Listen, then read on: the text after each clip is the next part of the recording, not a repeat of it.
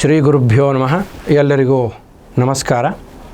ನನ್ನ ಹೆಸರು ಕೃಷ್ಣಮೂರ್ತಿ ಭಟ್ ಅಂತ. ಭಗವದ್ಗೀತೆ ಭಗವಾನ್ ಶ್ರೀಕೃಷ್ಣನ ಒಂದು ನುಡಿಮುತ್ತುಗಳು ಅಂತ ಹೇಳ್ಬೋದು. ಇದರ ಬಗ್ಗೆ ಸಾಕ್ಷಾತ್ ಹೇಳಬೇಕು ಅಂದರೆ ಡಿ ವಿ ಜಿಯವರು ಹೇಳ್ತಾರೆ, ಜೀವನ ಧರ್ಮಯೋಗ ಅಂತ. ಅಂದರೆ ನಮ್ಮ ಜೀವನಕ್ಕೆ ಮಾರ್ಗವನ್ನು ತೋರಿಸ್ತಕ್ಕಂಥದ್ದು. ನಾವು ಉನ್ನತವಾದ ಸ್ಥಾನವನ್ನು ಏರಬೇಕು ಅಂತಾದರೆ ಅದು ಯಾವ ತರವಾಗಿ ನಾವು ಆ ಸ್ಥಾನವನ್ನು ಏರ್ಬೋದು ಅಂತ ಹೇಳುವುದಕ್ಕೆ ಒಂದು ಮಾರ್ಗದರ್ಶಕ ಅಂತ, ಪಥಪ್ರದರ್ಶಕ ಅಂತ ಹೇಳ್ತಾರೆ. ಇಲ್ಲಿಯವರೆಗೆ ನೀವು ಎರಡನೇ ಅಧ್ಯಾಯದಲ್ಲಿ, ಮೊದಲನೇ ಅಧ್ಯಾಯದಲ್ಲಿ ಕೃಷ್ಣನ ವಿಷಾದವನ್ನು ಅರ್ಜುನನ ವಿಷಾದವನ್ನು ತಾವು ಕೇಳಿದ್ದೀರಿ. ಇವಾಗ ಎರಡನೇ ಅಧ್ಯಾಯದಲ್ಲಿ ಸಾಂಖ್ಯಯೋಗ ಅಂತ ಹೇಳ್ತಾರೆ. ಅಂದರೆ ಸಾಂಖ್ಯಯೋಗಕ್ಕೆ ಹಲವಾರು ಸಾಂಖ್ಯ ಅಂತ ಅರ್ಥಗಳಿದ್ರೂ ಸಹ ಇಲ್ಲಿ ಸಾಮಾನ್ಯವಾಗಿ ನಾವು ಈ ಶ್ಲೋಕದಲ್ಲಿ ಈ ಒಂದು ಅರ್ಥದಲ್ಲಿ ಜ್ಞಾನ ಎನ್ನುವ ಅರ್ಥವನ್ನು ಇಟ್ಕೊಳ್ಬೋದು.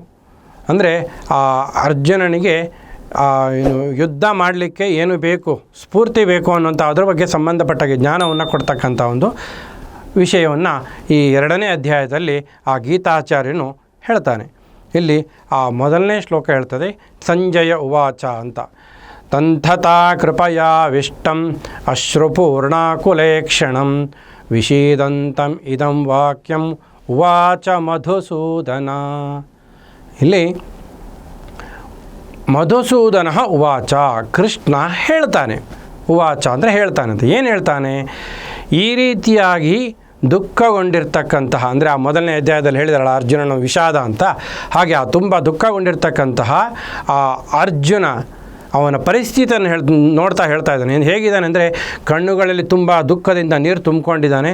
ಮುಂದೆ ಏನು ಮಾಡಬೇಕು ಅಂತ ಗೊತ್ತಾಗದೆ ಒಂಥರಹ ಏನು ಮಾಡಬೇಕು ಅಂತ ಗೊತ್ತಾಗದಿರ್ತಕ್ಕಂತಹ ಸ್ಥಿತಿಯಲ್ಲಿರ್ತಕ್ಕಂತಹ ಅರ್ಜುನನ್ನು ನೋಡಿ ಪರಮ ಕಾರುಣಿಕನಾದಂತಹ ಶ್ರೀಕೃಷ್ಣನು ಹೇಳ್ತಾನೆ, ಹೀಗೆ ಹೇಳ್ತಾನೆ ಅಂತ ಇಲ್ಲಿಗೆ ಮೊದಲನೇ ಶ್ಲೋಕದ ಒಂದು ತಾತ್ಪರ್ಯ.